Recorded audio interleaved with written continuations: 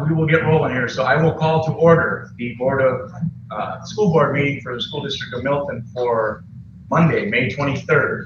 Please join me in a salute to our flag.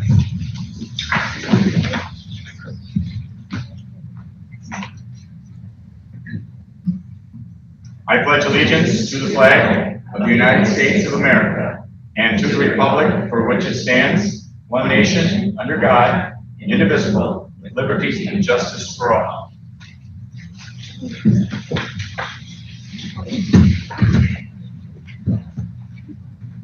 All right, thank you for that, folks. Action on the agenda. Mr. Dahman, are you aware of any changes? There is one thing on agenda item 3D that I want the board to be alert to. 3D is part of the HR committee report. At the HR committee, we talked about two different positions. One with our elementary English learners program and one with secondary alternative education aid.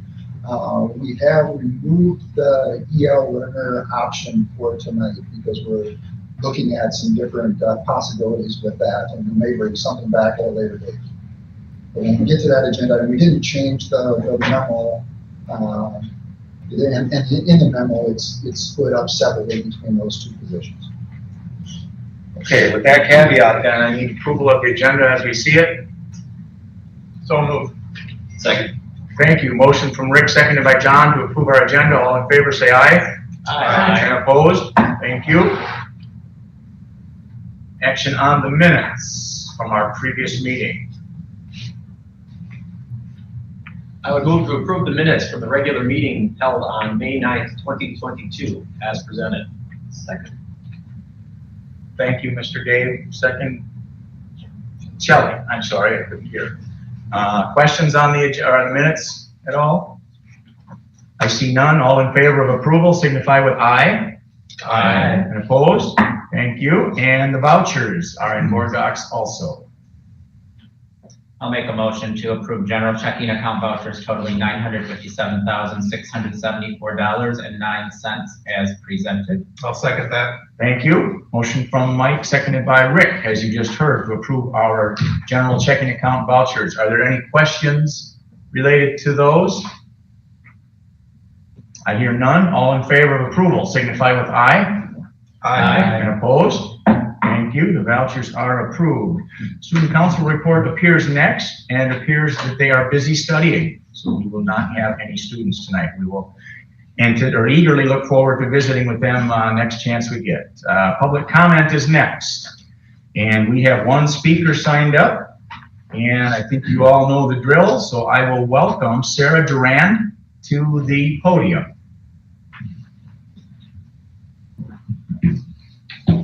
Okay. Hello. I come before you tonight to talk as a person who is a Milton Education Association representative, as well as a newer teacher to the district. Since you are continuing to discuss health insurance tonight, there are a few things I would like the board to note. First, it is no secret that teaching is changing and new challenges have been presented over the recent years. One item both newer and veteran teachers have not had to previously question was our access to quality and affordable health care.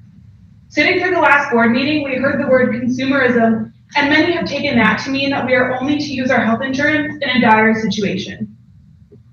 In addition to the increased costs and deductibles in the HRA, there seems to be a growing push to move towards the HSA. If the HSA is the future of healthcare, for myself and many others, getting a very small portion of the HSA money starting in the August paychecks would not be feasible for many families to afford. There are prescriptions that are needed and doctor's visits in July and August that we all use given the time that we have off. Other districts have been seeding the district's portion of the money up front, which may make it a more desirable option for many staff. In conclusion, as a representative of the MEA, we would really love to see teachers have more of a voice in these important decisions. I thank you for your time. All right, very good.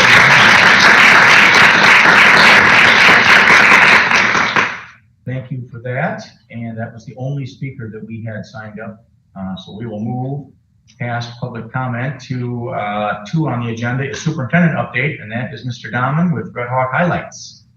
There are a few different things that I want to highlight tonight. Again, a large number of Great things happening across our school district. I'll start by sharing news that you might have heard already. It was covered in the newspaper, but Milton High School was named by U.S. News and World Report as the top high school in the Janesville area, which includes all of the high schools in Rock County.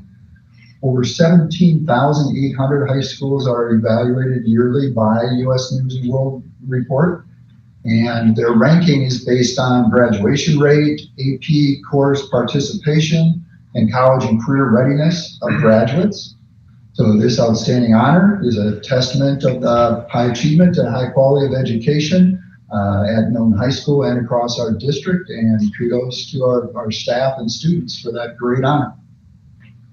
At Milton Middle School, the WEB leaders, and WEB is an acronym for Where Everyone Belongs, held a raffle basket fundraiser last week to raise funds to benefit Camp Kesem, which is an active community throughout the United States that supports children whose parents are going through cancer, through a cancer diagnosis. These awesome Red Hawks split up into groups to design their own baskets with a goal of raising $500, and they blew past that goal and raised about $1,200 that would be going to the camp. So congratulations to the WEB leaders at Milton Middle School. At Northside, we had gifted and talented math students participate in spring noetic learning math contest on April 20th.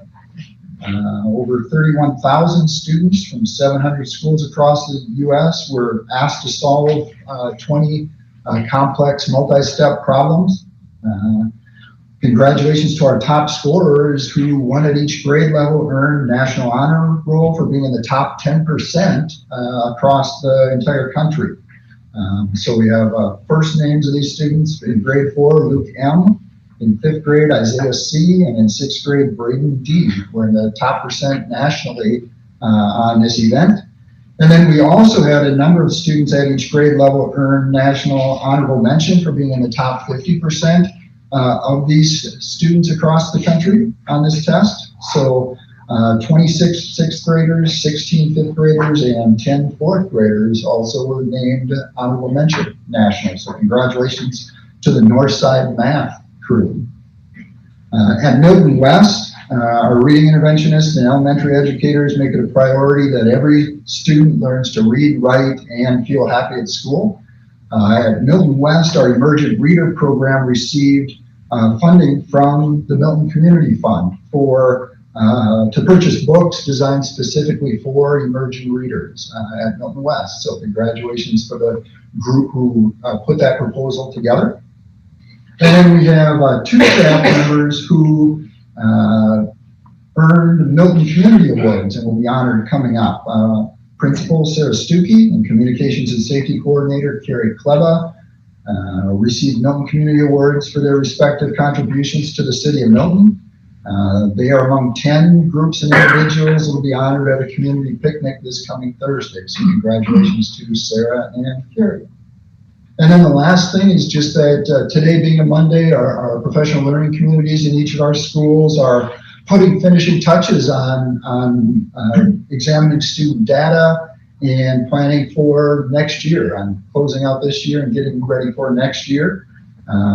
We will be bringing some spring assessment data to the board in June for an update. If you recall, what we did earlier in the year, we looked at the winter assessment data, so we'll be bringing at one of our board meetings this summer some of the spring and other data to look at. And at the stops I was at today, we saw some outstanding growth among our students when we look at our fall data compared to where our students are this spring. So again, congratulations to all the hardworking staff and to our students for that achievement.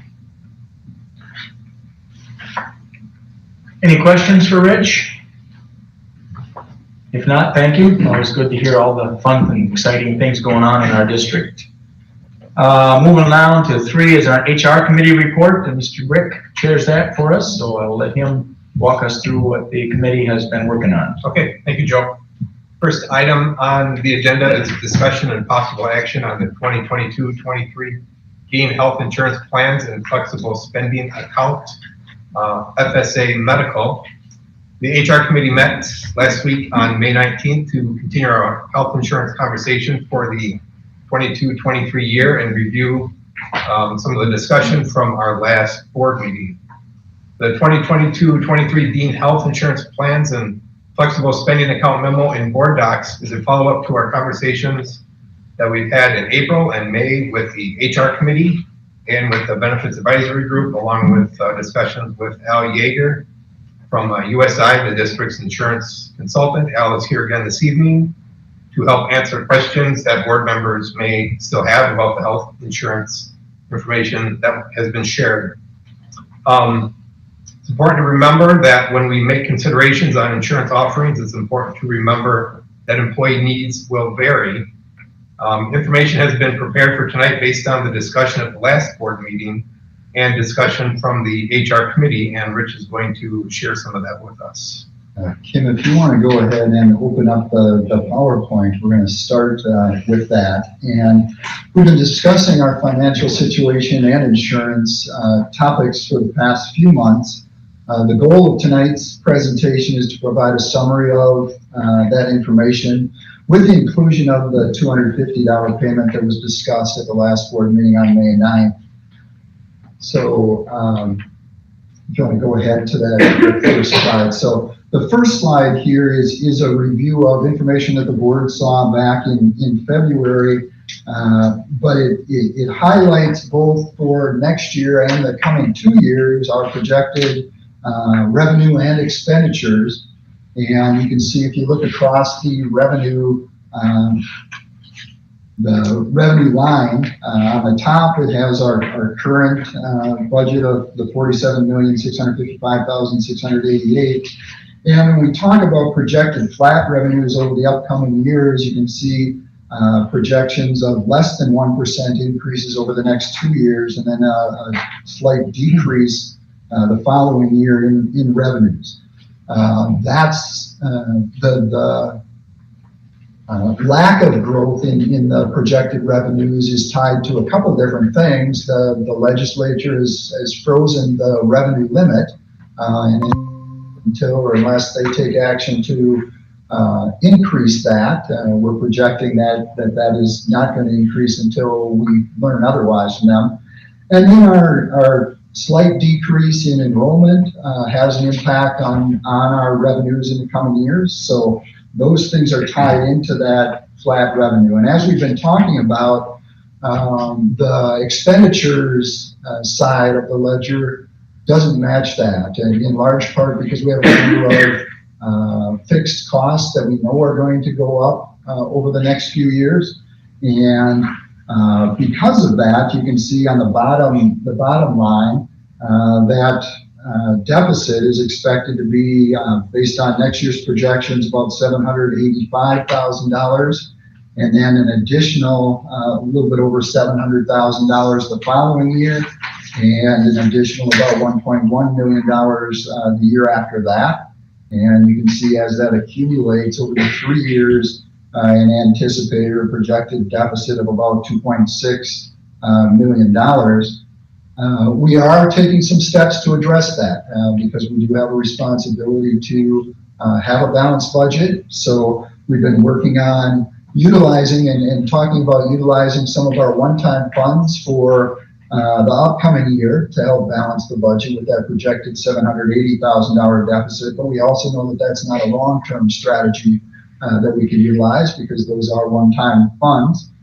So we're continuing to look at efficiencies and ways that we can slow that growth of the expenditures to avoid having a severe fiscal cliff at some point within the next few years and having to make drastic reductions down the road. So on the next slide is just a graphical depiction of that same information. You can see the blue line represents the slight or small growth and then decrease in our expected revenues for the coming 3 years. The red line shows that expected growth in expenditures, and you can see at each of the next 3 years how that gap between revenues and expenditures is expected to grow, again, by the numbers that I shared earlier. And if we don't make incremental changes between now and over the next couple of years, it will lead to more dramatic changes needed down the road. And before we turn things over to Al to share some pieces of information that he has, are there any questions or comments or thoughts from the board members on the financial information?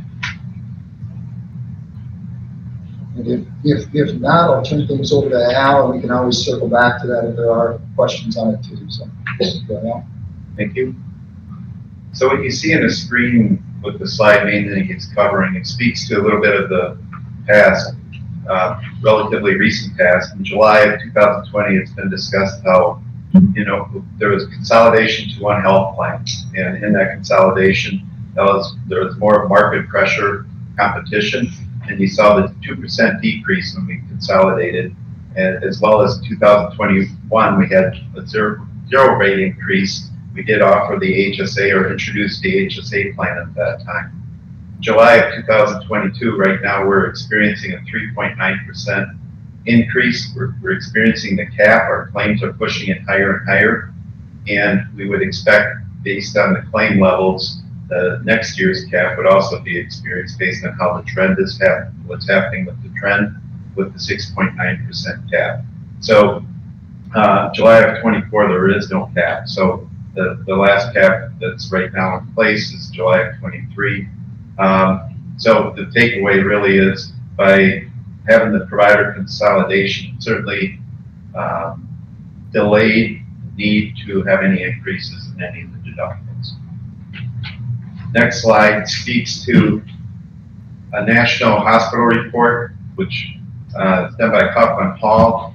And one of the takeaways here, and we've talked about over the years, how insurance is effectively a pass-through of the claim cost at the hospital and clinic. And what's going on at the hospital and clinic cost of care, it's identified that expenses increased by over 33% or a third from pre-pandemic times, higher cost contract labor is becoming a bigger percentage, supply and demand within the nursing world as an example. That labor cost expense has increased over 500% from pre-pandemic. In summary, there's a perfect storm.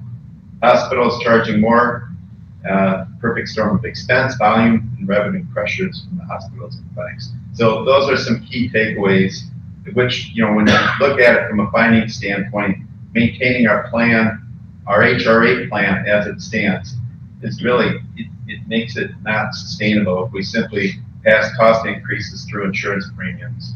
So affordable health insurance will require ongoing improved consumer behaviors. So next slide, sustainability observations of current HRA plan design. What we have for plan design right now with our HRA with 100, 200 deductible copays, that 2010, 2012 timeframe, this was a very common plan design and very similar in terms of the deductibles, copays, and HRA plan. Meanwhile, we are now one of the only remaining districts to offer this plan. They've since moved away from this model. A couple of area case studies would be Fort Atkinson, Edgerton, where they did try to maintain the same plan design with the HRA. It priced itself out very rapidly.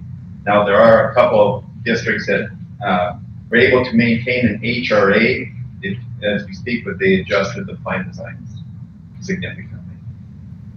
So in large part, the intention was to keep the loss ratio and the premium in check with that plan design. So in the end, when you look at the options, effectively 3 options, status quo. So you have the 3.9% premium increase where both the district and the participants pay more. What's the main concern? The part of it, affordability and sustainability would be the main concerns. Option 2, employees pick up the premium increase through employee contributions.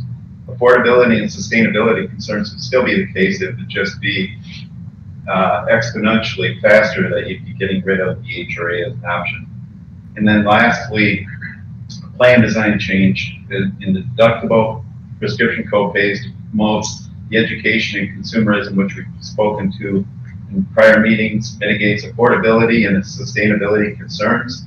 It certainly enhances the ability to keep the HRA as an ongoing option alongside the HSA.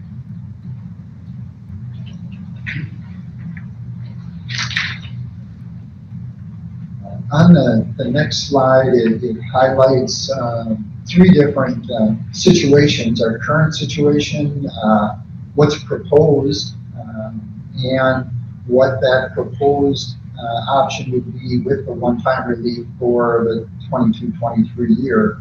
And for example, to read these, if we start in that upper left-hand corner, our current plan for people who are on single insurance, and we kind of read them from bottom up. So the first $100 is the employee's responsibility. The next $1,900 is the district's share of the deductible. And then once it reaches that total of $2,000, then the plan covers the cost after that. So that's our current model for people who are on single HRA plan. You can see comparable data for folks who are on the family plan.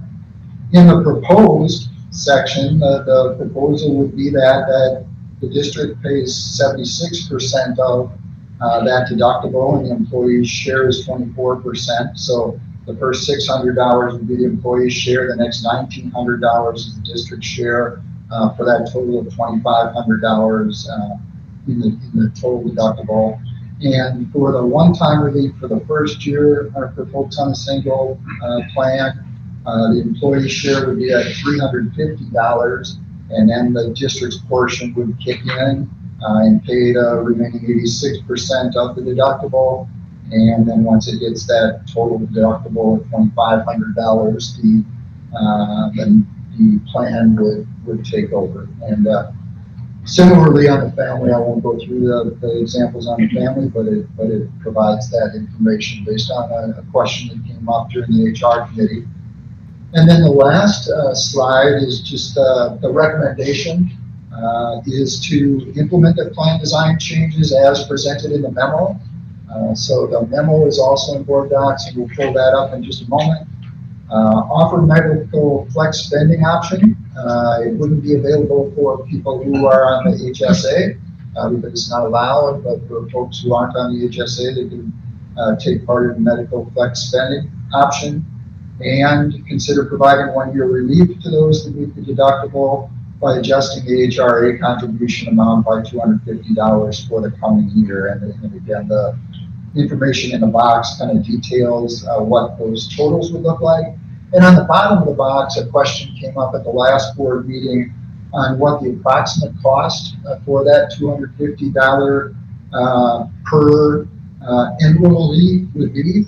And in the example there, it is estimated, because right now we have 307 people between active employees and retirees, 307 who are on the HRA plan.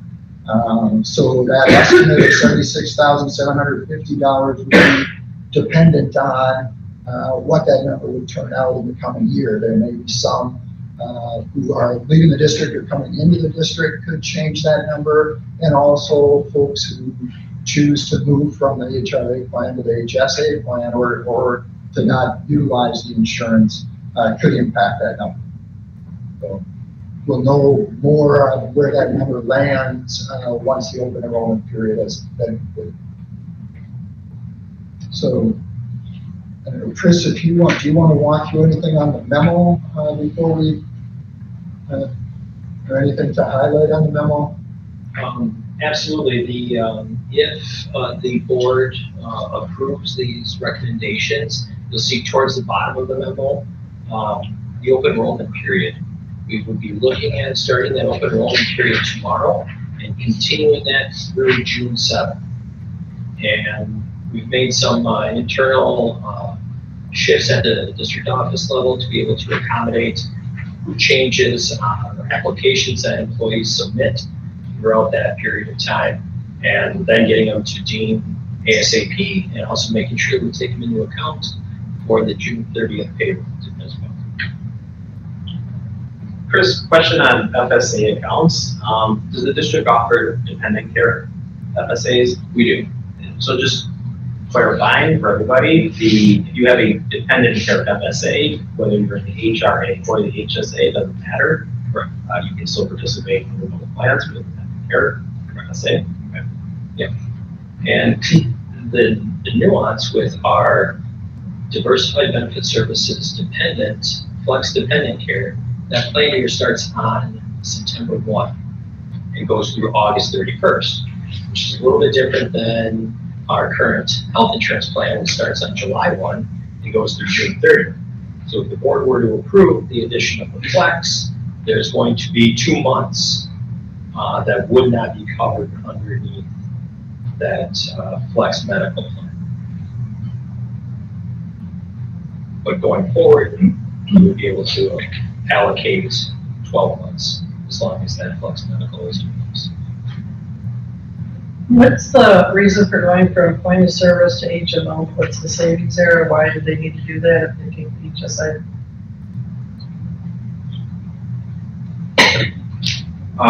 That was part of between the two plan designs you're referring to specifically on the HSA plan design. And of the 53 individuals that are currently enrolled, the data demonstrated that there was a majority of the individuals weren't impacted with the out-of-network utilization, number one. So it impacted the fewest amount of people in terms of any of the changes. And it certainly did help toward, the 3.9% adjustment. What's the savings? Is that required from Dean or, there's got to be dollar savings? It's not required from Dean, but right now I think your out-of-network deductible for families is $12,000.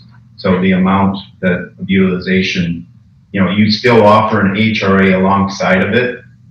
So those that would be looking for an out-of-network have an option with the HRA option.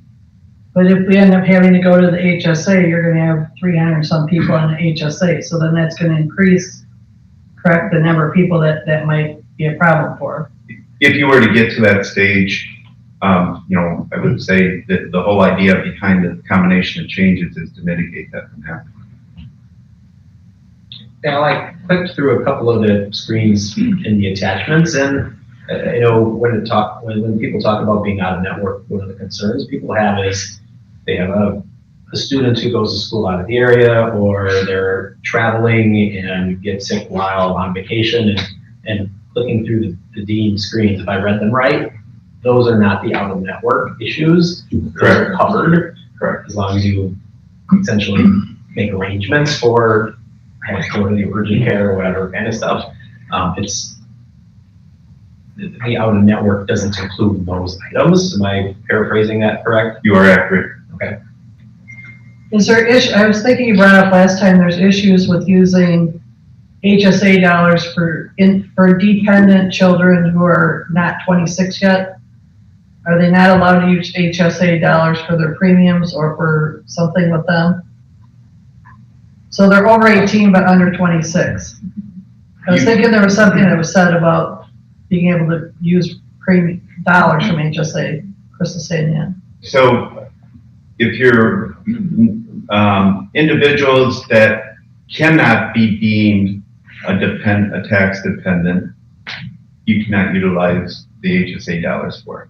So that comes out of their own pocket. So if you claim your child on your taxes, then you're fine. Or if you can claim them on your taxes. You don't have to claim them on your taxes. You just need to be able to by IRS definition. And if you're able to claim them, even if you don't, if you're able to claim them, you can use HSA dollars. Would they be covered at that point? If you can't claim them as a dependent? The coverage is independent of, coverage is two separate conversations. So coverage wouldn't change, HSA or not. Coverage wouldn't change, or dependent or not, wouldn't change. The question I think is, can you use the HSA dollars for an individual under age 26? And the short answer is, as long as that individual can be claimed as a dependent, you can.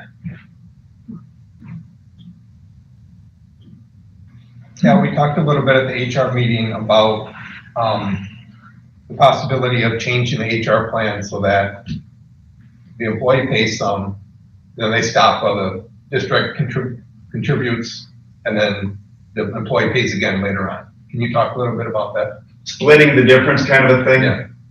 Yeah, so if you go back to when we originally, well, over the years, HRAs are complex from the standpoint you have one party billing, hospital and clinic, you have one party adjudicating and revisiting the billing, then you have another party reimbursing the HRA, DBS, then you have another party that finally pays the insurance. Where I'm getting at is, we've spent a lot of time between my team and the HR department educating on the complexities of the first $100 the individuals, then after that's the HRA, and then the insurance kicks in.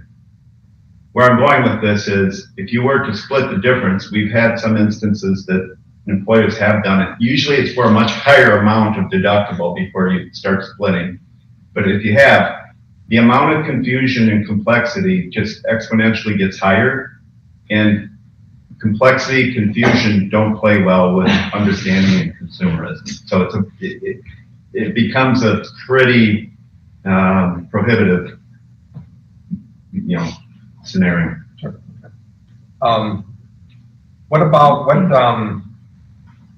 How would any of these possible changes affect any retirees? I'm not sure that Chris or Rich. Well, I can answer. The short answer is based on plans, the same adjustments to the retirees as the active. Okay. Yeah, and I think just one thing to add to that, it just reinforces something that Alex shared earlier. For a number of our retirees, an HRA option, keeping an HRA option is valuable for them. So that's something that we've been taking into account as we've developed plans on how we can best extend the life of the HRA option, is the value in that option for retirees. Okay. And a question regarding the FSA. I think Ms. Durand mentioned this in her comment about more of the FSA money coming out early. I think that's what you meant? HSA. The FSA. The FSA, I think. No, I think the district contribution to the HSA is not front loaded. It's Spread out. staggered throughout the year, sort of in equal Okay. amounts or whatever. And there could be expenses incurred on the front side that supersede that. On the So HSA. is that, Chris or Carrie, is that possible to front load that HSA and then equal payments after that? We would have to dive back into that one, John, because we had those conversations just about a year ago, and I would have to familiarize myself with changing that around on the payroll side. It also comes into a budgeting side as well too with Carrie's department. So we'd have to look into it a little bit further to give you a good answer to that. Chris, I just think the challenge with that is, since the pay schedule is changing, where they won't have paychecks in July and August, and then now you're looking at a huge deductible that's going to hit them July 1st. It is huge to personal families. Yeah, we should be able to budget our money, but that's going to make it even more challenging, because this will be a first summer for some of them not to be paid July and August, for those who hadn't chosen that in the past, and then having that hit up front, because I've experienced that through my district. It's hard to come up with that money, and then if you have another, catastrophe that goes along with it, something breaks down your house, whatever, but coming up with that front money would really help everybody out, to be able to do that. As Chris mentioned, when we initially set up the HSA, we had some discussions. The thing to be cognizant of for the district is, once we put that money in somebody's account, it's theirs. So if we have people, leave us partway through the year, that money will stay with them. So the idea is, can you spread it out to kind of minimize our risk? But at the same time, the issues that you're bringing up need to be considered. And at the point in time where we have two options and we're not forcing people down a path, I think when we talked about it, since there are choices for people, that we weren't ready to front load. But as time goes on, that certainly can be revisited as well. There's another layer of this too that has to go with implementation. And the timeline, and I want to be cautious speaking to it because I don't have it mastered. But when you switch to the HSA, there are dollars that go in, I believe, right away in July. You're not waiting until September. But again, I think that's one that we can certainly dig into and look at again as life changes. But with right now, with the two options when we talked about it, this appeared to be the prudent path.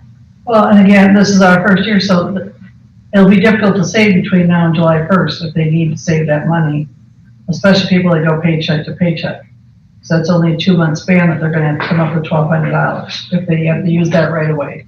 Correct. The point I'm trying to make is that so long as we have the HRA option, and that's an affordable option, we're not forcing people to the HSA, and that we can continue to have that conversation. But when we originally talked about it, it was around people have choices, and if they're in a spot where their situation is such that cash flow will be a concern, that there is the HRA option available for them.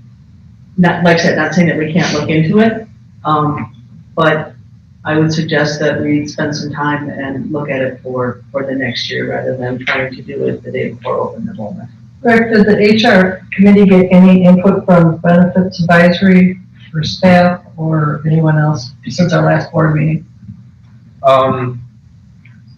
Just the emails that we've seen. And Shelley, I can speak to that. We have not had a benefits advisory group between our last board meeting and today's board meeting. I'm a little confused about something.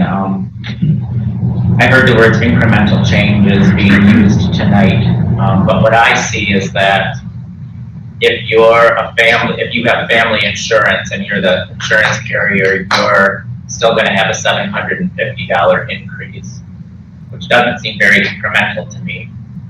And for the last 2 board meetings, I asked for, I thought maybe tonight we were going to see a compromise where it was split in the middle. That clearly isn't going to happen, and I guess that's what I'm confused about. I still don't know what makes those numbers the magic numbers and why we're not looking at splitting it somewhere in the middle. Because while the $250 is nice, it still is a $750 increase and that's a good chunk of change in today's world where, I said this last time, where gas prices are what they are and food prices are what they are. $750 is a lot of money.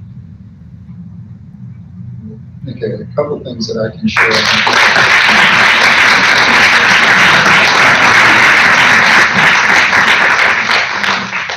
couple things that I can share on that question to provide some more information, and Alan can add some thoughts too, because he's addressed that a few times with some groups. In general, the numbers that we're proposing were selected because it's a balance between finding an increase that will allow us to increase the likelihood of being able to maintain the HRA and promote that consumerism that Alice spoken to. So we've looked at different options. We've looked at what that median number is for comparable districts, and what we're proposing isn't unusual for other districts, although it is, I would agree that, especially if you have family insurance, it's a larger jump than certainly for those with single insurance, and larger jump than ideal. But when we talk about incremental change, it ties into what Alex shared earlier about the marketplace and what's happening with insurance costs and the steep rise of insurance across the country, and certainly in our area, and our desire to get in front of that so that we can maintain that HRA option. Al, if you have more specific details from things that you've seen in other districts. Well, I think the item I mentioned earlier, where if you suppress the HRA in terms of plan design, then the premium dynamic that we've seen specifically again with Port Atkinson, Edgerton, and multiple others, the HRA doesn't, it goes away quickly has become not only unaffordable from the district, but to the staff members as well. I don't know if this is a question for you, Rich, or Chris. I recall several months ago, we had discussion with some of the very low cost or free services like telehealth and district clinic, and I don't know the exact details of it, but if that hasn't been shared recently, having that information out of avenues by which you can obtain healthcare outside of the traditional channels, and review some of the costs. Is that data still up to date? Can that be pushed out again with those avenues that are cost effective for users and everybody else that participates? It is, and we will be sharing that out with open enrollment information too, because that's part of that open enrollment, so staff have an idea of the clinic. Both HRA and HSA employees that have either plan can go to the Edgerton clinic. So there's just a cost associated with the HSA piece, small, either $5 up to $20, or it's a free service with the HRA. So, yeah, we'll be definitely sharing that out if approved tomorrow for the open enrollment. Al, Rich talked about comparable districts. If we were to go through these changes, how would you say that we compare with neighboring districts, conference districts? The fact that you have HRA and HSA continued very favorably with both plan design and multiple options. Can you remind us of how many people that have chosen the HSA? Chris, do you have that? Yep.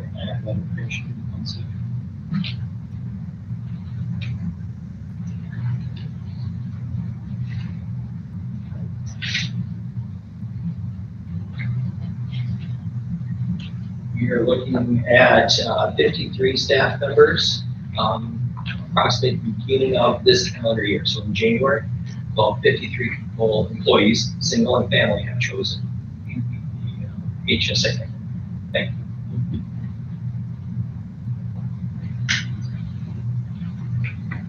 One of the challenges of this discussion, and this unfortunately will be a challenge ongoing, not only for our district, but virtually every district across the state, is tackling the freezing of revenue caps in PowerPoint, the $780,000 projected deficit that we can tackle with some one-time monies. But looking forward, in the absence of any changes at the state level, $1.5 million next year, 2.6 million next year, the idea of finding places where we can bend the curve on expense and avoid making really, really tough decisions in a year, as opposed to bending the curve and making easier decisions now, whether it be this and somewhere else, is something that obviously we're talking about tonight, but we'll continue to talk about, because we can't get into next fiscal year with $1.5 million deficit. We can't get into the year after that with a $2.6 million deficit. The decisions that'll be forced on us at that point are going to be a lot harder than some of the decisions we're talking about now. I wish we weren't having this discussion, but in the absence of a change in the state, we're kind of stuck talking about it, and we're going to continue to have to talk about it and make decisions that are hard and difficult to make. And I think the discussion with the board here tonight, administration and Al, on some of these things that can hopefully start to bend the curve and make the decisions later not easy but less hard. It's going to be helpful to us all. So we're really here. Nobody likes making these decisions, and the next decisions that come with it in the future are not going to be fun either. And having our advisors and folks who've done the homework on this to try to find ways to make it less difficult, not easy but less difficult, is going to continue to be important. I struggled with this last meeting. I struggled with it coming into this meeting because of we presented the tough decisions, no matter what we do here tonight, and the next meeting, and 12 months from now, and 24 months from now. So, like I said, I'm still concentrating, I guess, on what we do here, but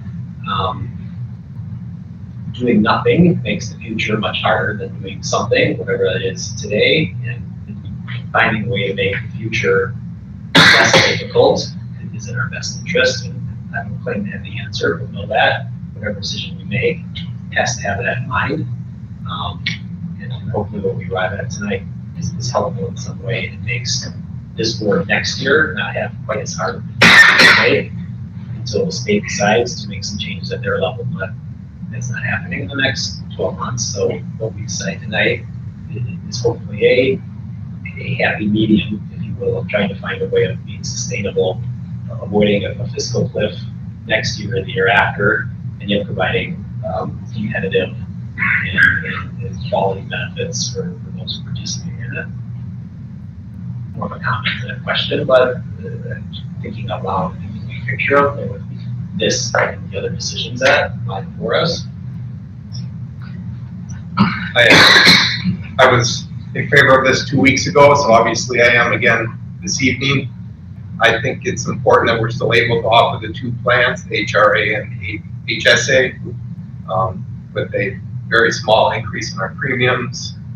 I'm hopeful that the addition of the flexible spending account will help people with some of these costs. And I also think it's important that we make these changes to the HRA to keep our options open in the future, as Dave said, because we really can't wait for the state to make any changes. Not holding my breath on that. So I'm going to go ahead and make a motion to approve the HRA and HSA plan design changes as outlined in the attached 2022-23 plan year, proposed deemed benefit HRA and HSA summaries, and a one-time $250 health reimbursement arrangement as described in the memo effective July 1, 2022.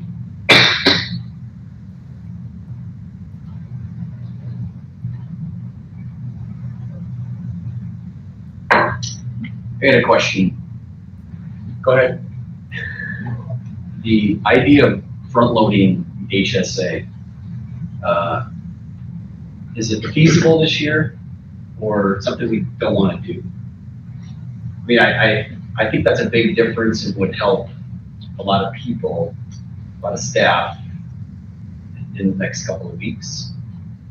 If it creates problems, then, I mean, but I do think that's a good option, and I would probably like to amend the motion to include that if it's possible.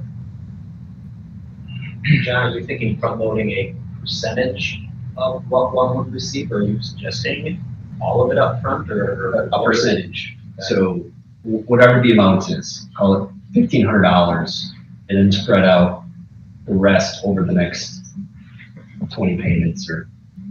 We can look at doing that. The first question you've identified is how much are you risking putting in someone's account that you may get no work for, because it would go in July and they don't start until September. So you would have to determine how much you're willing to risk and how you want to balance that risk. The other thing that's out there that we need to be aware of is, just as the HSA has a cash flow impact on individuals, it also has a cash flow impact on the board. So depending upon what you choose and how many people you have, it's likely manageable, the cash flow piece. Like I said, depends on how much you get. But that is certainly something that you can consider, but you have to give us very specific directions on what you want. And then we could look at doing that, but we're gonna roll opens tomorrow, so tell me, I mean, how does that impact this conversation? That's my other concern, and then I actually need to talk to the person who implements it, in hope that I'm not committing to something that doesn't work. I think it will work, but that's always another layer, is the way it works, and when it's implemented. So that's something you certainly consider right now. But the board did consider it before when we implemented the HSA and didn't go down that path. But as I said, it doesn't mean that we can't change things. It's really up to you and what you would like to do. I think, I admire that idea, John. I think it would be worth pursuing. I know I was involved in the conversations a year ago and know full well the sort of the risk to the district. I think if you were in a private sector business, the risk, of course, is that that person gets the money and bails. I don't think that's a big risk for us. I think there's a lot more loyalty, and quite honestly, it might be a show of good faith on our part to entice folks to pick the HSA if they wouldn't otherwise. If the exposure to an expense that they can't cash flow is keeping them from doing it, and I think I was thinking $1,000, you said 1,500. To me, I think that finds the middle as far as our risk versus giving them something that's available for a few months until some additional contributions come from the district, et cetera. So I'll pause you a minute. You can't amend the motion because I don't have a second yet, but the idea I think is worth incorporating. I would suggest that we deal with this motion the way it is, and then I would entertain an action that would outline that if you so chose to. But if Carrie is telling us that we can do it, I too don't want to set us down a path where in 2 days they say, oh my God, this is terrible. It has created some circumstance that we don't foresee. But I'm thinking about that for our employees, and as we've gone down this path, I'm cautious in incentivizing the HSA. People need to be, we have two options, and people need to do the research, they need to understand their own needs, and so that might mitigate one concern, that may make it appear attractive, but I'm just cautious in incentivizing it, because I don't want people to make the wrong choice. These are difficult choices. You need to understand how you use healthcare. It's complicated, and it's just my concern. Certainly, we can do it if we feel it will meet a need. But when I hear incentivize, I have a bit of concern, because we want people to take time to do their research and be comfortable with their decision. So thank you for letting me share. Don't we already incentivize it with the lower premium? That is a component of the HSA. One point that I'd like to make as well is if we're looking at a plan design change for July 1, we are currently, we'll have staff turnover. You know, people have put in resignations, people have put in retirement notices. We still have our support staff that are able to put in resignations and retirement throughout the summertime. So if you were front loading the HSA and an employee is currently in that, you front load it with 1,000 or 1,500, whatever scenario you'd like to use, and then they resign prior to the school year starting, you won't be able to get that amount back from the employee, or now the resignation or the person that's resigned. I think that is an important point, and thank you for bringing that up, Chris. While we typically don't have as much turnover in the teaching or administrative staff between now and the start of the next school year, we do have a significant number of support staff who are benefits eligible, and there's always a fair amount of turnover amongst that staff between now and the start of the school year. And our current support staff do not have any kind of break in service, if you will, for leaving the district. They're an at-will employee. So they're able to come and go as they would like, ideally with the 2-week notice, but they could be taking that dollar amount and looking elsewhere. So just as a... Are you saying that someone that's already resigned and say it's not effective till last day of school or whatever, pick a date, could change to an HSA to get the front-loaded piece we give them and still resign? So let me try it this way, is if they say they're coming back next year, okay, because we're going to be putting out, if the board approves later tonight, letters of employment for support staff. So that'll be in the upcoming year. Some of those support staff start right away in July 1st, and some won't start until a couple weeks before school starts. So those that are starting a few weeks before school, we get resignations, including nutrition team, including custodians, right up until the first day of school starting. So all those people from July 1st until the first day of school, there's a group that could be, accepting that $1,000 on the HSA or $1,500, and then they would be able to put their resignation in right before school starting. One way to solve that would be to pay them throughout the summer, and then you could take that pay back. If they were paid through July and August, you could hold that pay. When the money goes into an HSA, there is no getting it back. You cannot withhold someone's pay because of an HSA. If you put it in, it's not about paychecks people might get over the summer. The other concern with that is compliance with the Fair Labor Standards laws, and we have to comply with those laws.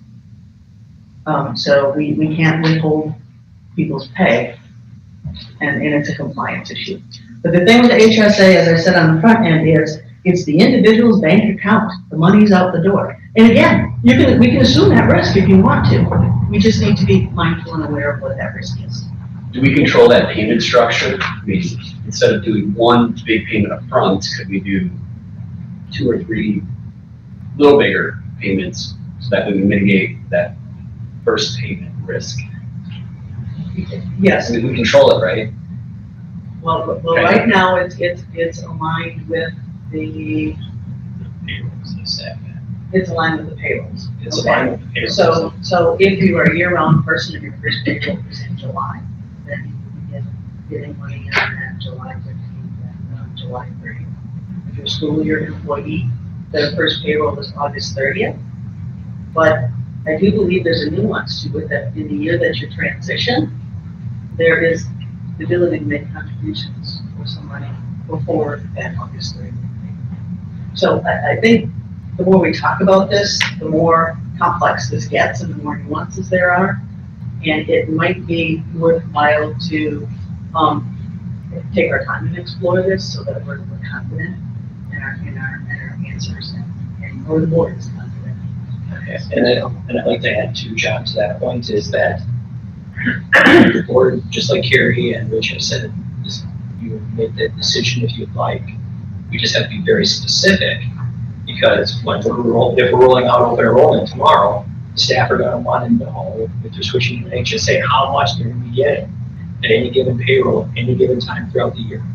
So I think that would all need to be ideally on your note tonight if you're looking for changes for July 1st. Al, in your work with other school districts who have moved or begun to offer an HSA option, are there things that you've seen that would be important for the board to be alert to as they're considering this decision? The most common approach is 1/12 or 1/4 of the annual contribution, right? We're doing 1/12.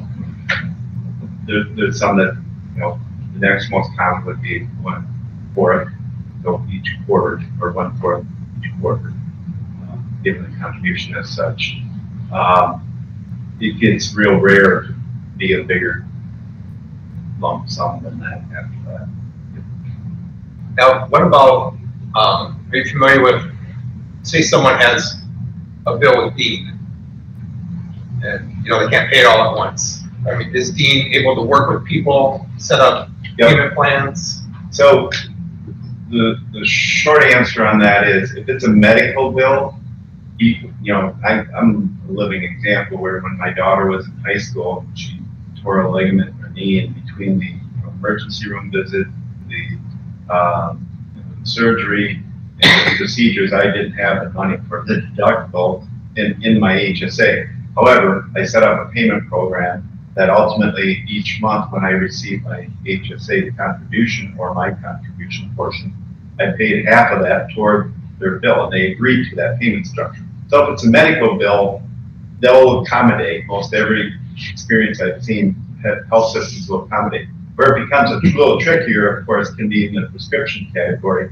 And what some districts have done is, if and when that were to occur, some have set up, I'm trying to remember the term, hardship arrangement, where if and when that there's a prescription hardship arrangement, that they, matter or some other type of a thing that's a significant amount up front, then it becomes more difficult to get on a payment and then make an exception in that case. That way, it's not the entire population that's going through it, it's the exception. I can echo Al's comment on that. Ironically, we had a limit in the knee surgery that was the same situation, and when the bill arrived, we just established a payment plan based on the HSA amounts that I would be receiving, and they were very accommodating with that. I don't have a specific prescription example, but I can relate to the concern if you had an expensive prescription for some reason up front.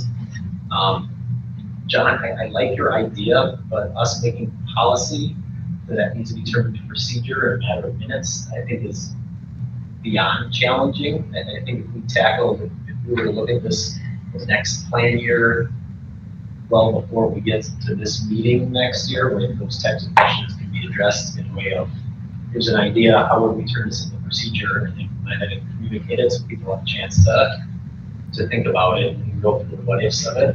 I like the idea, but I don't know that we can achieve that in enough power in some way that can be effectively communicated, because we said we could vote on a policy, but someone has to turn it into procedure. Is that is the part of it that I don't know that can be turned around in an evening in any effective way, but I like the idea as we look to the future of being able to, all right, in January, let's say this is how we anticipate this coming for plan year 23, and go through the scenario of what if we did this and how it would work, and what if we did that and how it would work, and have the time to vet it and make sure it complies with the laws and is something that we can actually administer. But I think if we can do that here and now in a way that would work without unforeseen consequences. I think we're asking our staff to bear the brunt of this increase. And I get the idea of waiting, but it's also urgent to them. It's not a matter of waiting and whether they're going to be able to fill their car with gas, or if they're worried about getting baby formula right now, or they're waiting about, taking their child out of network or someone out of network because they have to for a specialty kind of thing, and whether they're going to be able to get a referral. We asked them to take the increase of the insurance plus the increase of prescriptions. So I think if there's anything we can do to help with that burden, we're moving our staff backwards. They're going to have a negative increase on their salary and their benefits.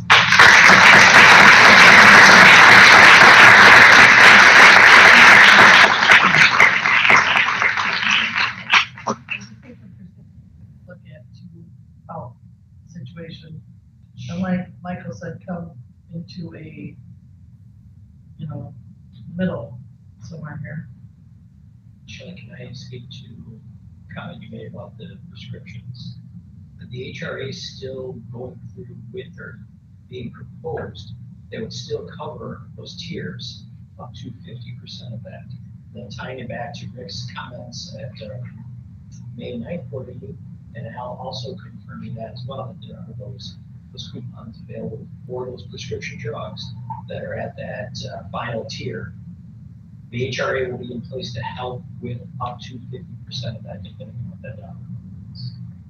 So there is that component for the prescription drugs. That's another layer of that. I think moving forward too, I heard, Mr. Yeager, I heard you say that some districts do quarterly for the HSA. I think the important thing for me here is to talk to the staff, is if that quarterly payment, rather than spreading it out over 12 payments, is going to be the thing that helps people move to the HSA, I think that's important to hear their voice on that. I hear a lot of talk about consumerism, but we have to talk about what consumerism is. And help people understand that. And I agree with Sarah Duran's comments about, we don't want anyone misusing insurance or going to the doctor when they don't need to, but that's why we have insurance. That's why anyone has insurance, is when you need it. And I think we just need to do a better job at helping people understand what consumerism is, so that our staff can make educated decisions and be good consumers. And I have every belief they want to be. I have no doubt that our staff want to be excellent consumers of their benefits. But let's make options and let's discuss with the staff, like what those options are. Not that we haven't, I'm not saying that at all, but I'm saying they're the important voice, I think, that we need to hear in this. So moving forward, I hope that that's what we're going to continue to do.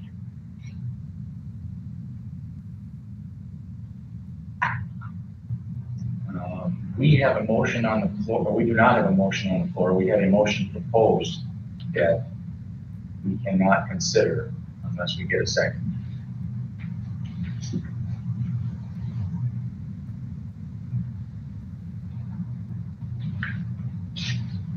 So at the end of the day, we have made the consideration of adding a flexible spending account. The $250, I understand doesn't cover everything, but it helps cover some things. The plan is moving forward without any premium increases, which is rare, to go year to year without premium increases. Like I said, I haven't sat through all the discussions, Rick, that you and your group have, but having read emails and trying to not only stay in the loop of what we have here, but what is happening out in the world of healthcare. Premium increases are the normal, increases in deductible are the normal. I know everybody has these discussions that aren't fun, and yet they're there. I don't know if this will pass or not, but I think we ought to take a vote on it, so I will second Rick's motion. Dave, thank you, Dave.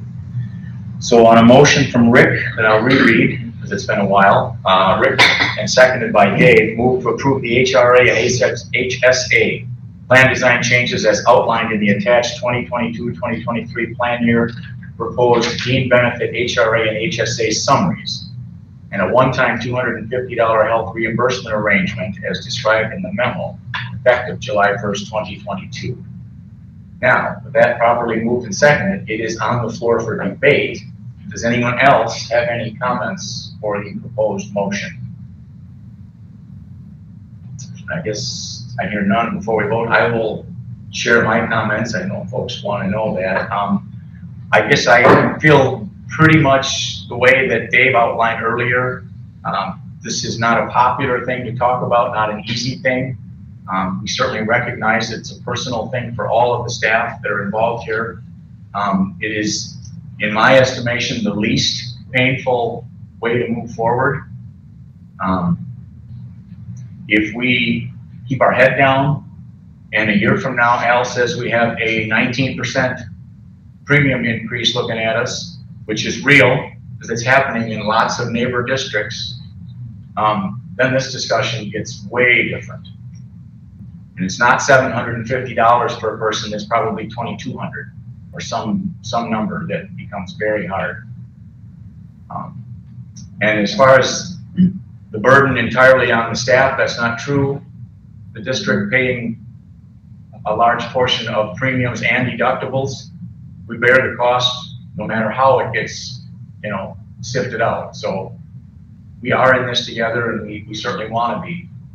So I'm in support of this motion as the least painful way to move forward. I truly feel like keeping both options available is important.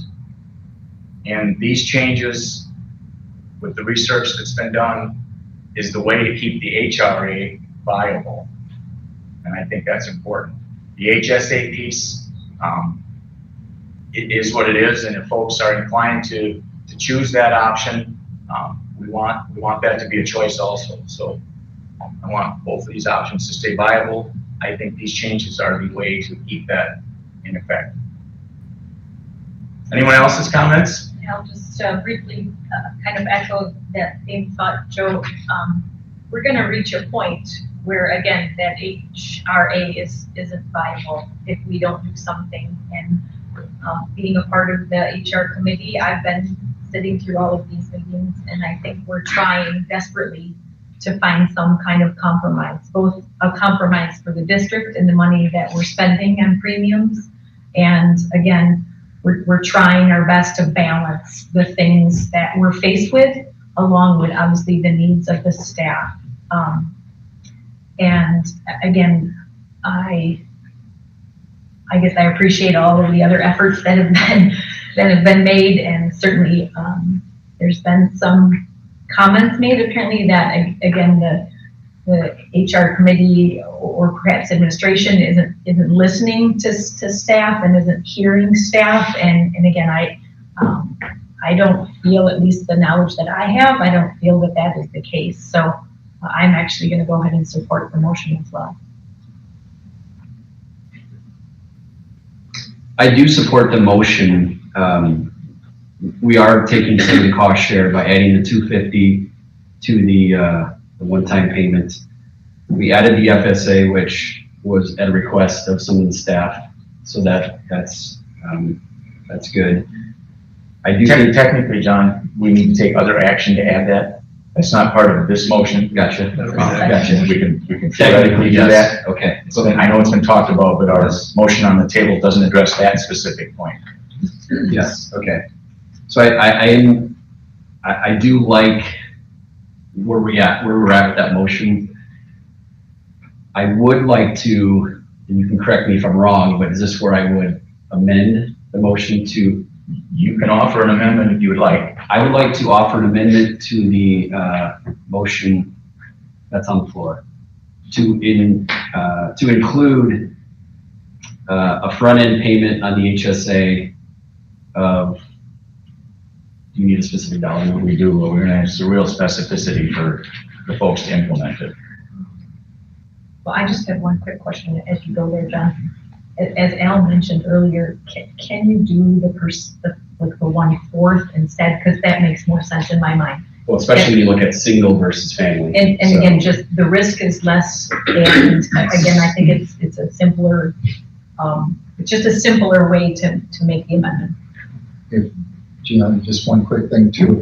If I understood Joe correctly earlier, Joe stated a preference to keep, rather than amending the motion and tying the front loading to the decision on the plan changes, a cleaner way would be to keep the original motion separate and then make a separate motion after the first motion is decided to move forward with some type of front loading. And I would agree with Joe's comment that it's going to allow our staff more clarity around how to move forward in a really, really short timeline.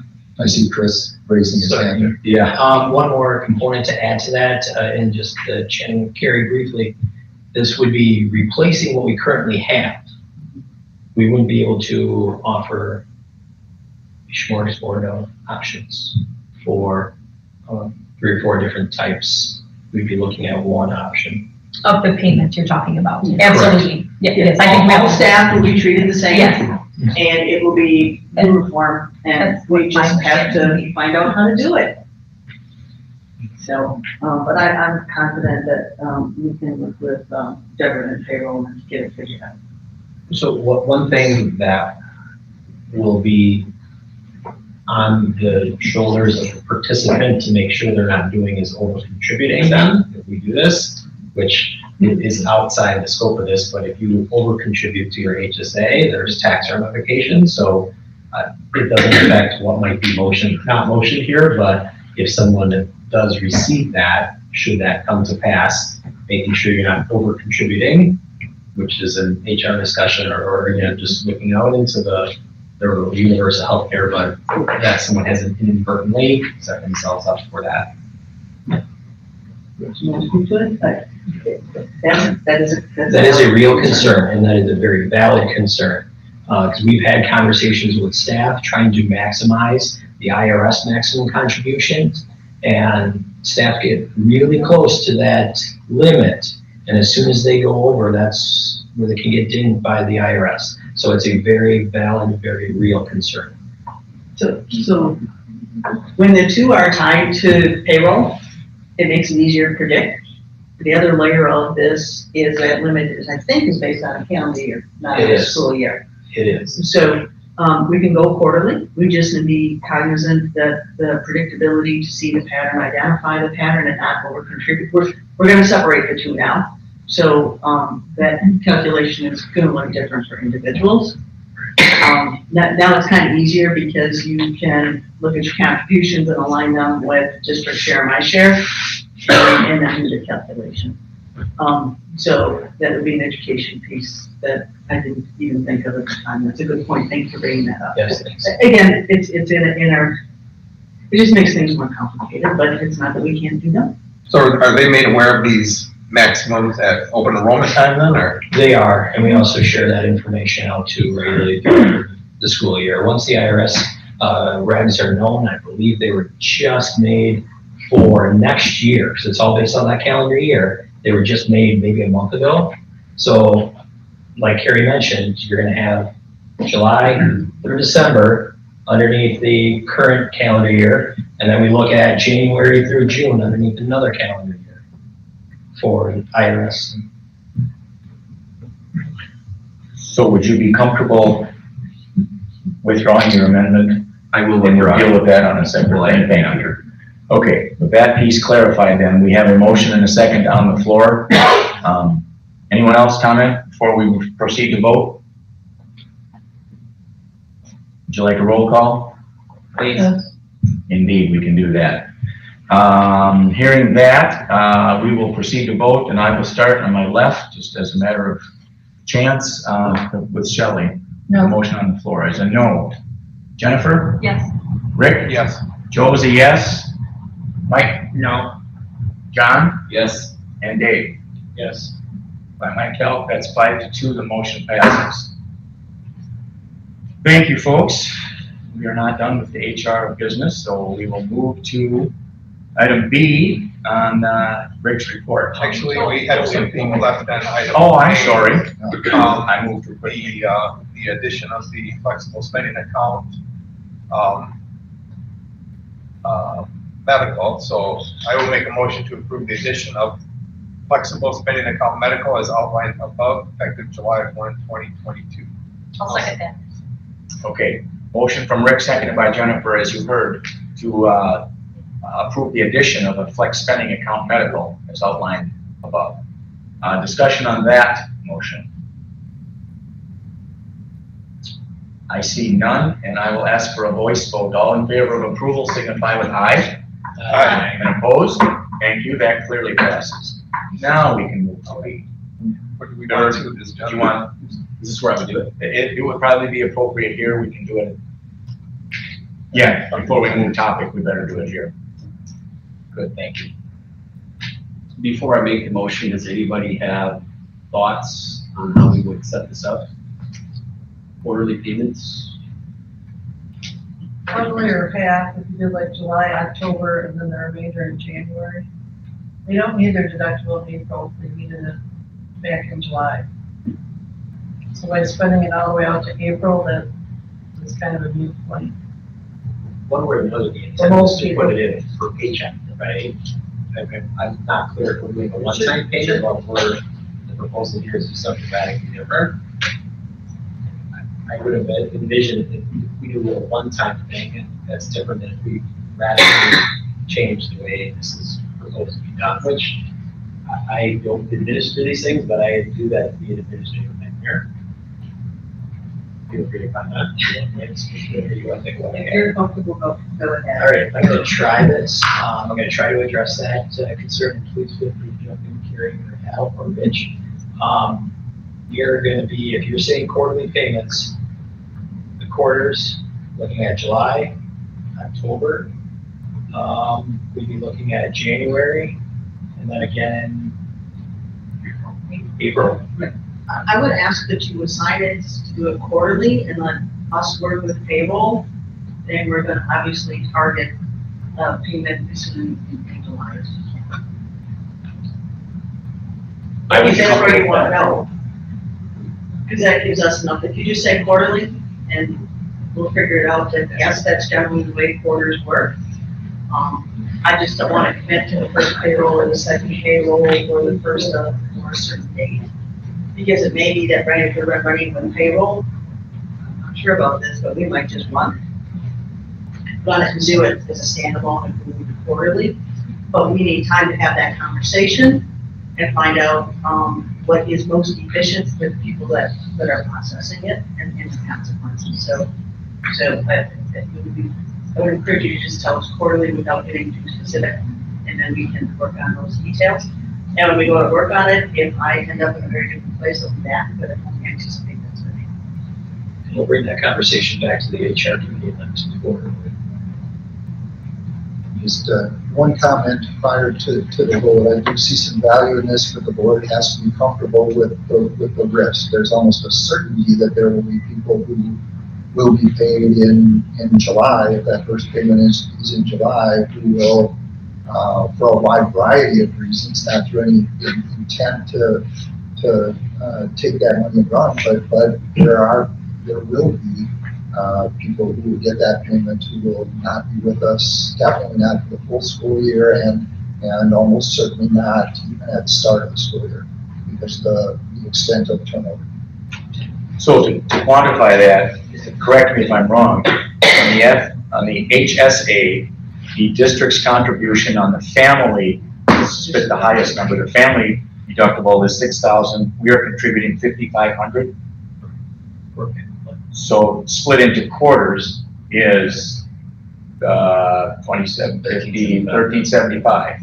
That's our risk as an upfront first quarter payment type thing. I wanted folks to have their hands around what that number is. And there's currently 53 enrolled, correct? That's correct. Okay, so that's obviously what, that's That's what we're looking family at. and single though, so. Correct, families. The 53 who are currently enrolled are folks who have been on the plan for a year and have had a year to plan for that change. We're anticipating, based on the question, that there are a number of people who are considering making that change. So until we start the open enrollment, we don't know how many folks that would be altogether. What date is the new plan year for insurance start? For health insurance, it's July 1. So a payment cannot go before that because you would be eligible for a payment to an HSA. So you're on the HRA plan before them. So no matter what we do, nothing can happen before 7/1. Right. Yeah. And just so you're aware, there's another layer of this that we're gonna need to work through. That has to do with, school year employees who will make the transition between the HRA and the HSA. Okay, wheels are spinning, we're trying to remember everything that was involved in that transition last year. And I think it'll work out fine, but I just wanna let you know that is out there and that we'll work through it, and I think it'll work out okay. But it's just a nuance to school year people, because really their July and August premiums are gonna be, their contributions are gonna be collected back in June.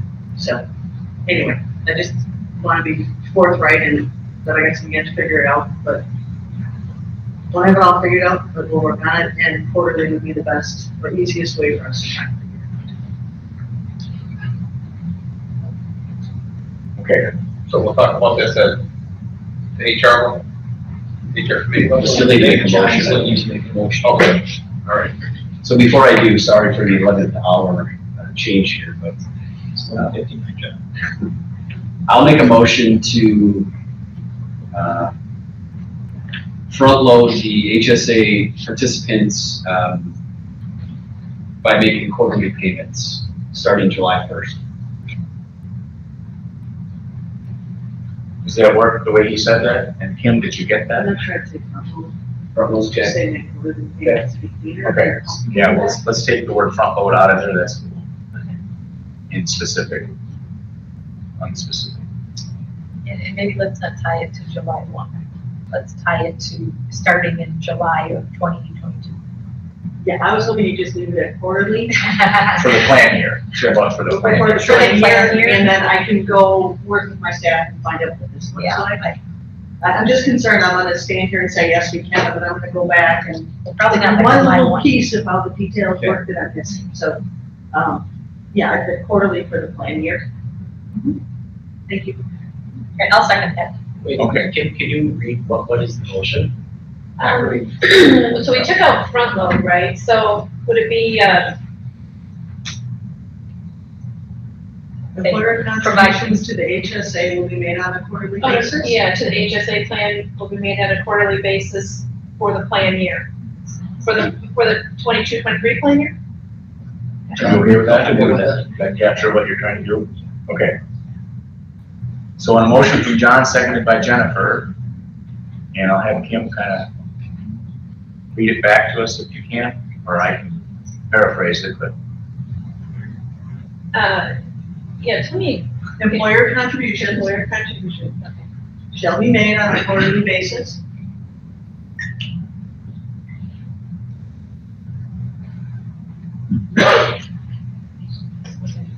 Shall be made on a quarterly basis for the 22-23. Right, and just to clarify, when you put in To the HSA for the HSA. HSA, you want to get in, yep. I was gonna say HSA. Employer contributed, quarterly contributions to the HSA plan.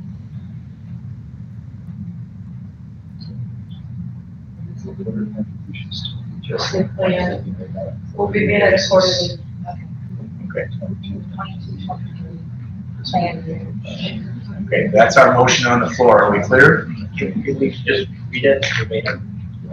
I will give her a second to finish writing the record. Just so we're voting on it. It does need to be Okay, accurate. motion by John, seconded by Jen, to, that employer contributions to the HSA plan will be made on a quarterly basis for the 22-23 plan year, right? That sounds I think I accurate. use it. Do I say beginning?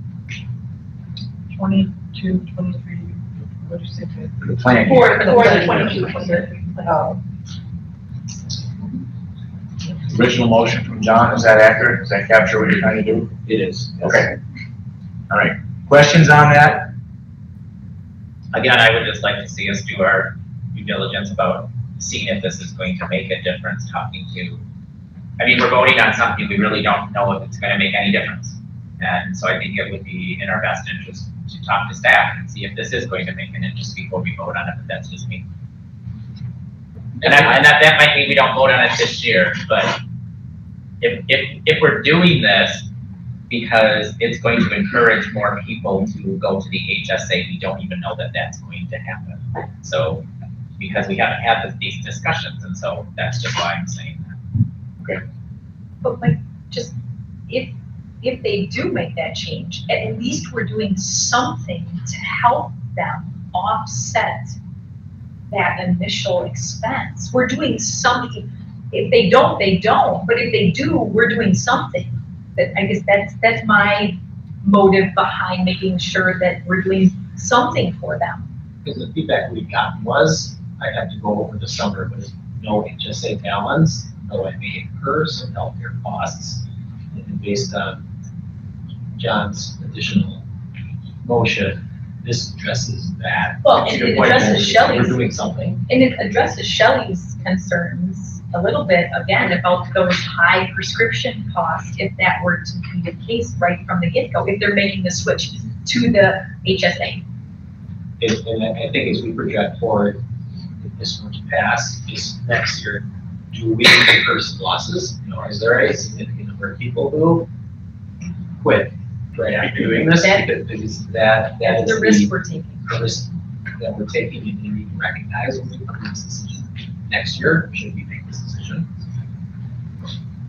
I think Mike has a good point for next year. If this does pass, do we involve the staff in this conversation for next year? But for the sake of time right now, I think this is, would be helpful to the staff this year right now.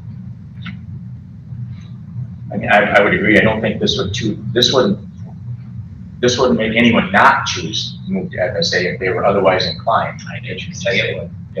Yeah. So, I mean, it's a small bit of risk on our part, and if it helps some folks that might be not able to make that change without this, I mean, I think that's a balance. I just want to get on your radar. We do not want to be switching back from quarterly to not quarterly, so, we really don't. It's already complex. You have people that are trying to learn patterns. I've spent a year learning a pattern to try and get my max right, and I still struggle. we don't want to change patterns. So if this is the path we wish to take, then I would appreciate it if we would stay on it, because it really just confuses people even more. And yeah, the complexities of administering it as well. We set up a system to do this. If you transition, there actually is some money in your account in July, but it's not that quarterly payment. And if you will indulge me, I would just like to say one more time, we want people to make informed choices, and we just want to make sure that people have the time. We're talking about an open enrollment period of a week, 2 weeks. Okay, and you're right, we want to have people have options. I just want to make sure they understand their options. So Chris and his team are going to have to work even harder to make sure people understand their options. Thank you. Okay, anyone else's thoughts? Then we will proceed to vote. Do a voice vote unless there's inclination otherwise. All in favor of the motion on the floor, signify, or to approve the motion on the floor, signify with aye. Aye. And opposed? Nay. I'll call the motion passed. Now we can segue to item B. Okay, thank you, Al. Next up is item B, discussion and possible action on 2022-23 staff need baseline for the support staff. The memo and board docs outlines the FTE review of the support staff positions for the upcoming school year. Please note that the minimum amount of FTE needed, the FTE bank or cushion, so-called cushion, and the total FTE needed for the 2023 school year. The additional 5.0 FTE will be available sort of on hand to use to address student needs that may come up throughout the year. The additional FTE allows the administration to post new position as soon as a need arises, and then any of those potential new hires will be presented to the board for review at the next regularly scheduled board meeting. Rick, I like the fact that that's in there, you know, as we went through this prior year, when there were items that needing additional resources, they were brought to the board, and while we supported them and continue, I think, to support them, there was the delay of getting them on the agenda, moving it through and crossing weeks where it would be better to not cross, excuse me, cross weeks. Excuse me. With that, I'm sorry, I forgot to go. I was going to move that, but I got you, David. I was gonna say, I can with that. I'll move to approve that 183.74 support staff FTE outlined in this memo be implemented for the 22-23 year. I'll second that. Any more questions or discussion on that?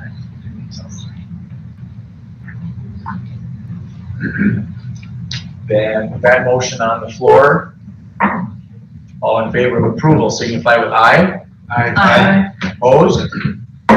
That clearly passes. Okay, moving on to C, discussion of possible action on 2022-23 seasonal, occasional, and temporary employee rates. The memo and board docs shares the staff wage increases that administration is proposing for next year, and some information outlining the change. The MREC and standard hourly rate wages have been suggested at previous board meetings as areas of focus.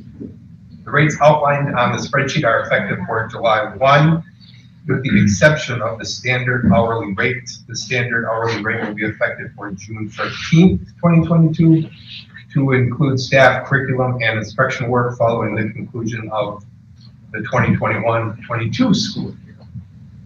Any questions or comments on any of that?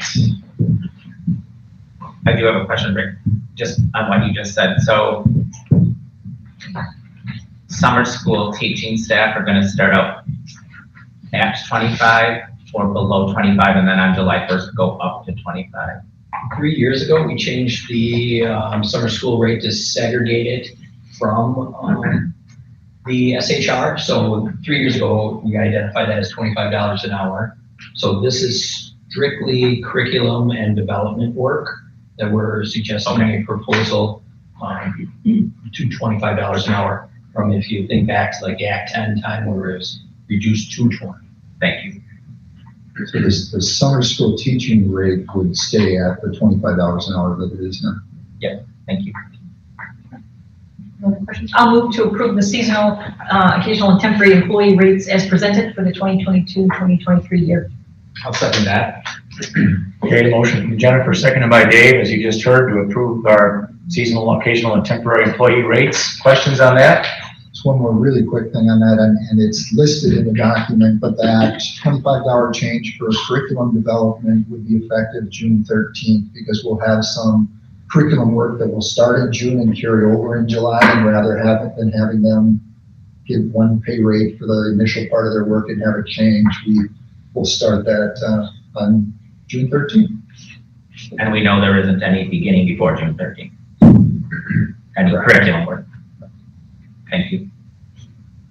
All right, other questions on the motion? Hearing none, all in favor of approval signify with aye. Aye. And opposed? That clearly passes. Okay, next up is item D, discussion on 22-23 ESSER 2 funded alternative education aid at MHS for the WIRE program. Mr. Ruggles, you going to speak to this? I thought I can. If you want to summarize what we shared, and I can come up and answer any questions. Okay. Whatever you prefer right now. Yep. Why don't you go ahead, Brian? Okay. Thank you. So what some of the changes this current year, we started and refined a new program, WIRE, at the high school. And the WIRE program was an attempt to not only keep some kids up and from a credit retrieval standpoint, but also offer students a different option for learning. So we had some students take advantage of the WIRE program as full-time students, some students taking advantage for part-time or just for singletons. And that program really grew this year, and we know that is going to be an ongoing need. There's kids that really like that learning style, and it's an option that we can include it in all that we do from our programming standpoint. With that, we have one staff member that's in charge of all the WIRE program, and it became a lot of accounting and not enough getting a chance for him to work one-on-one with some students and work with them on next steps. Going forward, we wanted to increase that staff level for next year through the ESSER funds. And as we do that, that allows us to do a deep dive into our alt-ed programming and really kind of assess where we're going in 2023 and beyond with that program. Thanks, Brian. I apologize for the confusion. No, it's all good. Any other questions for Brian regarding that? I would move to approve the addition of a one-year instructional aid position at Milton High School for the 2022-2023 school year as presented. I'll second it. Thank you. Motion from Dave, seconded by John, as you just heard, to add a one-year instructional aid position at the high school. Questions? All in favor of approval, signify with aye. Aye. And opposed? Thank you. Okay, that's it for HR, Joe. And thank you to Rick and Jennifer and myself and John that did the HR work. That was a lengthy committee meeting.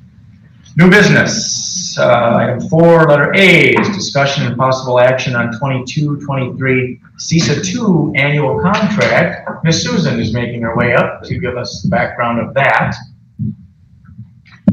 Good evening. Each year, the board approves, hopefully, our CISA contract. CISA stands for Cooperative Educational Service Agency, and we're in CISA 2.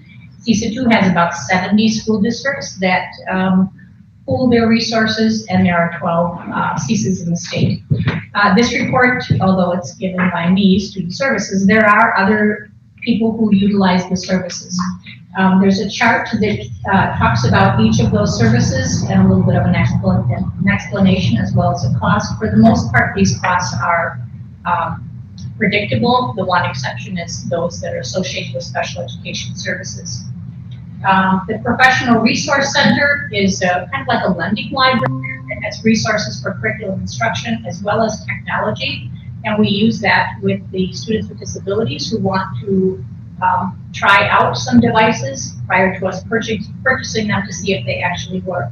The Assistive Tech Academy is an opportunity for our staff to go to CISA 2 and learn how to use and see unique assistive tech.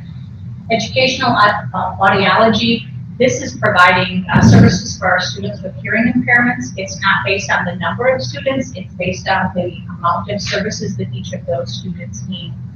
Curriculum and coaching, this is primarily focused on North Side and middle school. We've been working on co-teaching and co-planning, allowing our teachers who work with disabilities, children with disabilities, to work alongside with our teachers who work with all children and plan to meet the needs of all kids. A couple of months ago, you heard from a gentleman at the high school about a transition program, 18 to 21, and that transition advisory network is an opportunity for us to learn about all the new resources that are out there for children who are over the age of 14, and it's required that we have transition in their IEP. Our physical therapy needs have grown over the years. This last year, we added a half-day PT assistant to support. We only have one PT in the district, and that physical therapist has to go to all 7 buildings. If all of those kids were in one building, we'd be okay. But when you have to travel to 7 different buildings, it makes it very difficult to meet the needs of all of those students. And then lastly, you have the JEDI virtual school option on there as well. I believe that this is our last year that we have that contract. I have stated in there that this year is the last year, but actually next year is our last year. Any questions on that CISA 2 contract? Who's our CISA 2 rep? Oh, yeah, okay. I'll make a motion to approve the 2022-23 CISA 2 annual contract as presented. I'll second that. Thank you. Motion from Rick, seconded by Dave, as you just heard, to approve our CISA contract for the upcoming year. Questions? All in favor of approval, signify with aye. Aye. And opposed? Thank you. B on new business is action on the 2022-23 new open enrollment applications. I'll make a motion to approve the recommendation for the 2022-23 new open enrollment applications as presented. I'll second that.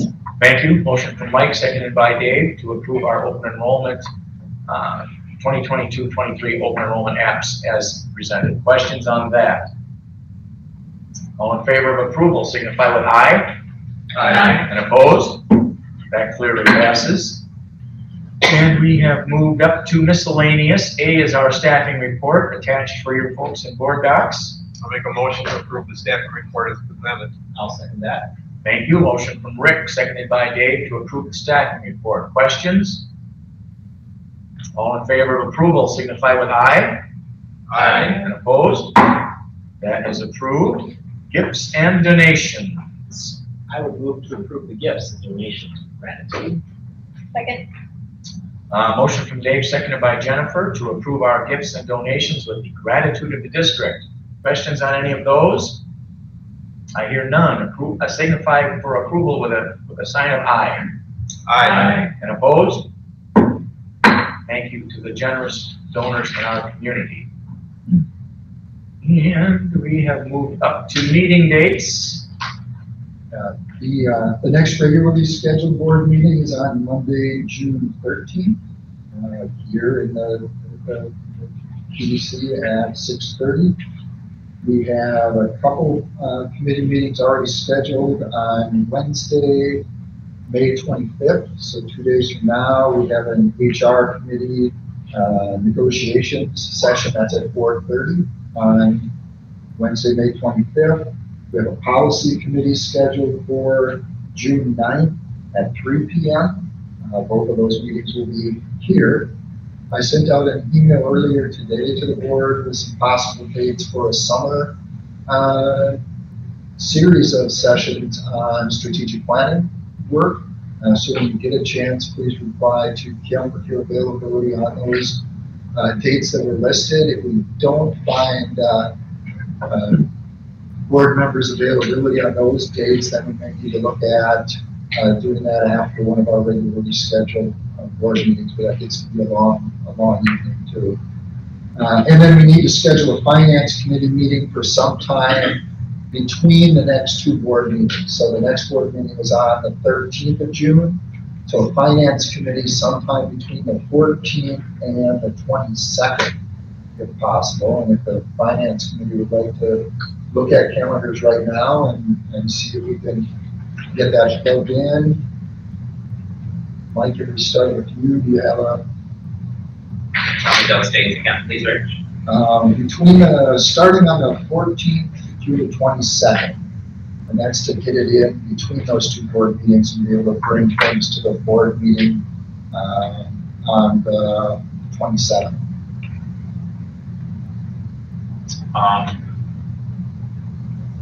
The sooner the better as far as the date for me.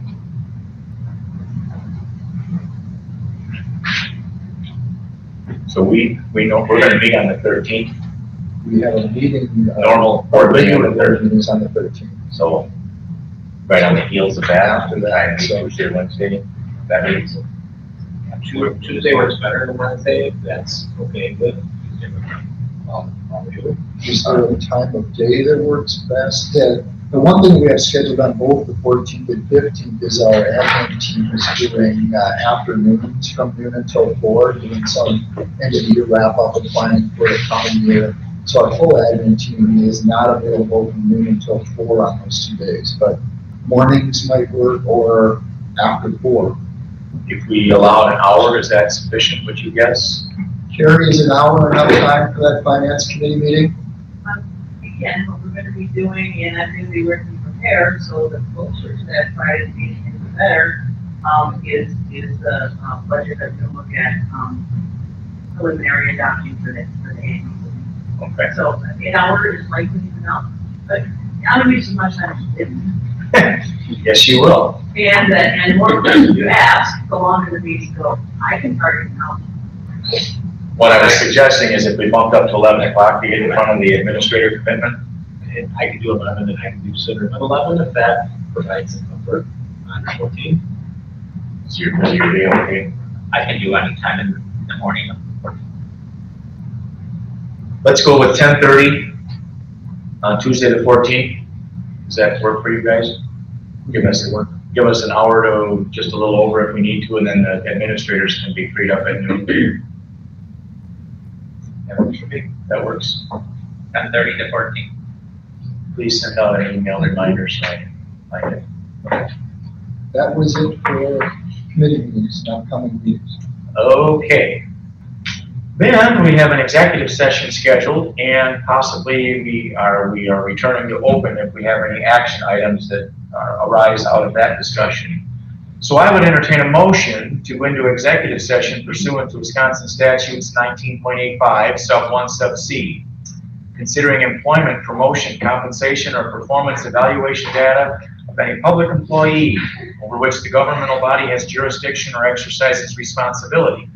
Subject matter is administrator contract addendum and compensation, and 2022-23 support staff compensation. So moved. Second. Thank you. Motion from Rick, seconded by Mike. Roll call vote. David? Yes. John? Yes. Mike? Yes. Joe is yes. Rick? Yes. Jennifer? Yes. And Shelley? Yes. 7-0. We are in executive session. Thank you, folks. If you choose not to stay, see you next time.